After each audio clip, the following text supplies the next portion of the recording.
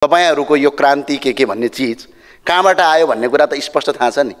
कि तस्करी गराउने हाम्रो धर्म हो। यो देश केही भएको छैन, ढलमल पनि भएको छैन।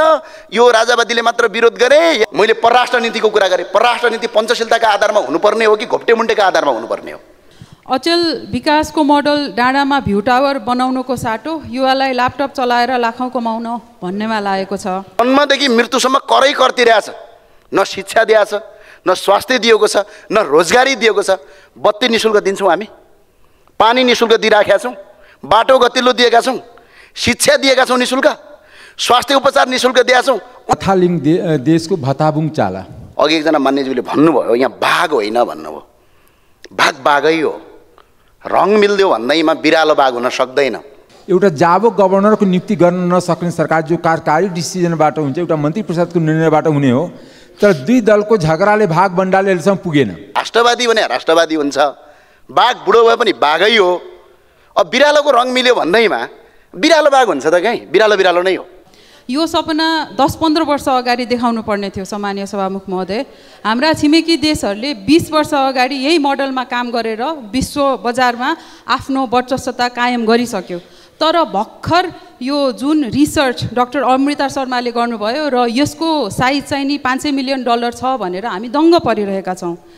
यो रिसर्चले धेरैजना राजनीतिकर्मीहरूलाई आइटीको त विज्ञै बनाइदिइसक्यो। तर जबसम्म हामीले यसमा लगानी गर्दैनौँ, यसको यो $500 मिलियन मा खुसी भएर बस्नुपर्ने चाहिँ अवस्था रिस्की देखिन्छ।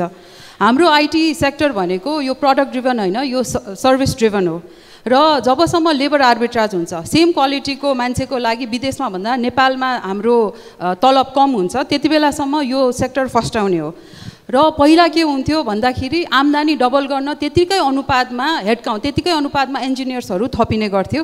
तर अहिले विश्व बजारमा जुन भइरहेको छ यो भाइब कोडिङ अथवा जेनेरेटिभ एआई अथवा एजेन्टिक एआई, यसले गर्दाखेरि यो इन्जिनियरिङ पाइपलाइन, स्पेसली जुनियर इन्जिनियर्सहरूको पाइपलाइनमा चाहिँ नि खलल पुग्न सक्नेछ भनेर धेरैजनाले प्रक्षेपण गरेका छन्। 6 महिनादेखि 1 वर्षमा क्लियर हुन्छ, तर यो डेफिनेटली चेन्ज चाहिँ हुन्छ भनेर उहाँहरू सबैले भनिरहेका छन्। हामीले यसको लागि के गर्दैछौँ त? नीति तथा कार्यक्रममा यसको एक लाइन पनि आएन सभामुख महोदय। यही क्षेत्रका जानकारहरूसँग छलफल गरेर र यसमा प्रश्न र सुझावहरू माग्दाखेरि यी कुराहरू आएका छन्। मैले सरकार र सम्पूर्ण सदनको ध्यान आकर्षण गराउन चाहेँ।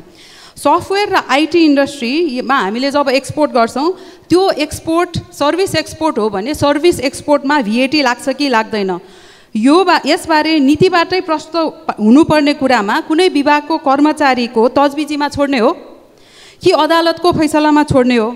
यहाँ काम त्यो जति त्यो इन्डस्ट्री छ, त्यो इन्डस्ट्रीमा सबभन्दा हाइएस्ट 39% ट्याक्स तिर्ने कामदारहरू त्यही छन्। यो कुरामा क्ल्यारिटी नदिने हो भने धेरैवटा कम्पनीहरू मारमा पर्नेवाला छन्। त्यो भनेको हाम्रो धेरैजना काम गर्ने कामदारहरूको जागिर चाहिँ धरापमा पर्नेवाला छ। त्यो अलरेडी एक लेभलको भइ पनि सकेको छ।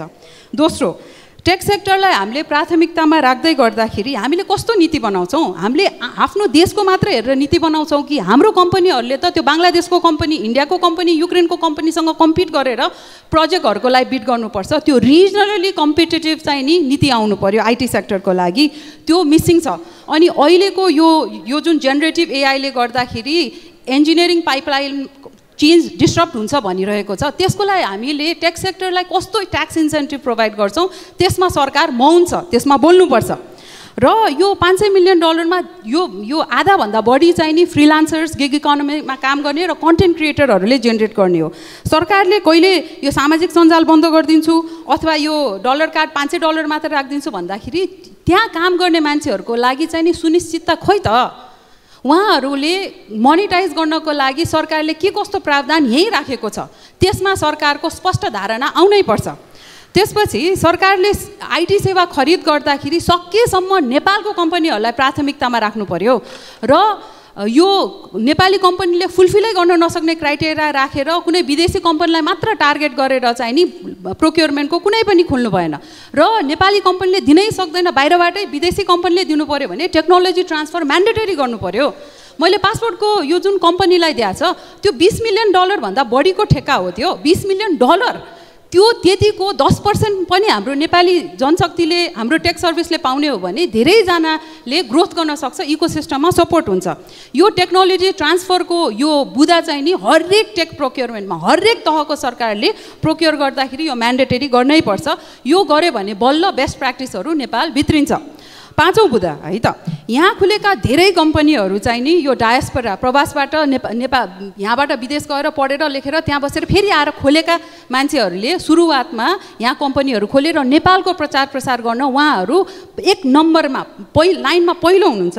अनि त्यहाँको त्यो डायस्पोरा कम्युनिटीलाई ट्याप इन गर्नको लागि हाम्रो नेपाली दूतावासहरूले पहल लिनु पर्यो। सरकारबाटै आत्मीयता बढाएर फर्स्ट जेनेरेसन मात्र होइन, सेकेन्ड जेनेरेसन, थर्ड जेनेरेसन त्यो डायस्पोरा कम्युनिटीलाई नेपालसँग यो आत्मीयता गाँच्नु पर्यो। नेपाल सरकारले एकदम सानो चित्त राखेर कहिले एनआरएन नागरिकता भन्छ तर भिसा लिएर आऊ भन्छ। यस्तो सानो चित्त गरेर कसरी नेपालप्रतिको आत्मीयतालाई कायम राखिराख्ने र अरू देशहरूसँग पनि नेपालको ब्रान्डिङ गर्नुपर्ने, मार्केटिङ गर्नुपर्नेमा यो परराष्ट्र मन्त्रालयको अन्तर्गतको एम्बेसीहरूले एकदम पहल लिनु पर्यो। उच्च शिक्षामा 4 वर्षको ब्याचलर्स डिग्री डिप्लोमा कोर्सेसहरू मार्फत गर्ने हो कि एजुकेसनमा इन्भेस्ट नगर्ने हो भने यो के भन्छ अर्थतन्त्रले धान्नसम्म भन्ने यो शिक्षा विधेयकमा काम गर्दाखेरि सुनियो। त्यसरी चाहिँ नि कहिले पनि यो आउने अपर्च्युनिटी टेक केयर गर्न सकिन्न। धन्यवाद।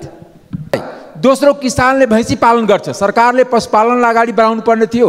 उल्टै जले कृषि त्यहाँलाई दुध विकास संस्थानलाई जसले दुध दिएछ किसानले दुधको मूल्य पाइरहेको छैन। चिनी मिलमा उखु दिएछ, उखुको मूल्य पाइरहेको छैन। आखिर यो के हो? सरकार मात्र किसान पीडित हो, किसान विरोधी हो? खालि बिचौलिया फ्रेन्डली सरकारले बिचौलियालाई मात्र क्रिएट गर्ने, बिचौलियाको मात्र सरकार बनेर यसले धेरै वितृष्णा जनतामा बढ्दै जान्छ। थालिङ देशको भताबुङ चाला हाम्रो देशको सरकारको त्यही छ, किनकि एउटा जावो गभर्नरको नियुक्ति गर्न नसक्ने सरकार जो कार्यकारी डिसिजनबाट हुन्छ, एउटा मन्त्री परिषदको निर्णयबाट हुने हो। तर दुई दलको झगडाले भाग बन्डाले अहिलेसम्म पुगेन, अहिलेसम्म नियुक्ति भएन। त्यसको आर्थिक इम्प्याक्ट कति पर्छ ब्याङ्कहरूमाथि या पुरा होल फाइनेन्सियल सिस्टममा, त्यो सरकारलाई मतलब छैन। मतलब यति मात्र छ कि म आफ्नो कार्यकर्ता राख्छु र फाइनेन्सियल सेक्टर कब्जा गर्छु। अर्कोलाई पनि त्यही छ कि म आफ्नो कार्यकर्ता राख्छु। यो कार्यकर्ताहरूको देश भयो कि नेपाली जनताको पनि देश हो? मैले भन्न चाहन्छु कि मेरिटोक्रेसी यहाँ चाहिँदैन। त्यस कारणले यस्तो तरिकाले दोस्रो कुरा मैले भन्न चाहन्छु, म 3टा कुरा उठाउन चाहन्छु। यहाँको पर्यटनको बारेमा, यहाँको कृषिको बारेमा, यहाँको इन्फ्रास्ट्रक्चरको बारेमा। आर्थिक सेक्टर त ध्वस्त पारे र मलाई लाग्छ कि दुवैजना सहमत हुन्छ कि देशलाई ध्वस्त पारौँ। हामी दुईजना एकदम राजा जस्तै अगाडि पछाडि गाडी लिएर घुमौँ। सरकारका प्रधानमन्त्री या सत्ताधार घटकका सभापति दुईटै यसमा दोषी हुन् गभर्नर नियुक्ति नगरेकोमा। दोस्रो कुरा, कृषिमा आधारित हाम्रो जनसङ्ख्या छ, तर कृषिको अहिले मल चाहियो, बिउ चाहियो, बिउ छर्ने बेला भइरहेछ तर मलको हाहाकार छ। र एउटा सशस्त्र नेपाल पुलिस नेपालमा बनाएको छ त्यो जनतालाई दुःख दिनको लागि। बोर्डरमा बेचारा दुःख गरेर एक बोरा मल लाउँछ, त्यसलाई लट्ठी लगाएर छिन्छ, तर त्यही रातभर तस्करी हुन्छ, त्यसलाई रोक्दैन, किन तस्करी गराउने हाम्रो धर्म हो। त्यस कारणले यहाँ किसानलाई, दोस्रो किसानले भैँसी पालन गर्छ, सरकारले पशुपालनलाई अगाडि बढाउनु पर्ने थियो। उल्टै जले कृषि त्यहाँलाई दुध विकास संस्थानलाई जसले दुध दिएछ किसानले दुधको मूल्य पाइरहेको छैन। चिनी मिलमा उखु दिएछ, उखुको मूल्य पाइरहेको छैन। आखिर यो के हो? सरकार मात्र किसान पीडित हो, किसान विरोधी हो? खालि बिचौलिया फ्रेन्डली सरकारले बिचौलियालाई मात्र क्रिएट गर्ने, बिचौलियाको मात्र सरकार बनेर यसले धेरै वितृष्णा जनतामा बढ्दै जान्छ। तेस्रो, हामी जहिले पनि पर्यटनको कुरा गर्छौँ तर कहिले पनि पर्यटन स्थलको केही विकास गर्दैन। त्यहाँ जोड्ने कसरी? जस्तै जनकपुर एउटा पर्यटन स्थल हो जानकी मन्दिरको हिसाबले, तर त्यहाँको इन्फ्रास्ट्रक्चरहरू के छ? जनकपुरबाट कोही लुम्बिनी जान चाह्यो भने कति दिनमा पुग्छ? जिउँदै पुग्छ कि मरेर पुग्छ? त्यो पनि सरकारले ग्यारेन्टी लिन सक्दैन, किनकि नारायणघाट र बुटवलको सडक यति खराब छ। त्यस्तै टुरिस्ट प्लेस हाम्रो पोखरा छ। काठमाडौँबाट पोखरा या लुम्बिनीबाट पोखरा या जनकपुरबाट पोखरा गयो भने कुन अवस्थामा जान सक्छ? यसमा सरकारलाई केही मतलब छैन। न सरकारलाई पर्यटन बनाउने मतलब छ, न इन्फ्रास्ट्रक्चर राम्रोसित बनाउँछ, किनकि जम्मै दलीय कार्यकर्ताले निर्माण व्यवसाय सङ्घ बनाएको छ। दोस्रो, न किसानको पेमेन्ट, न मल बिउ दिने। यस्तो अवस्थामा देश अगाडि कसरी बढ्छ?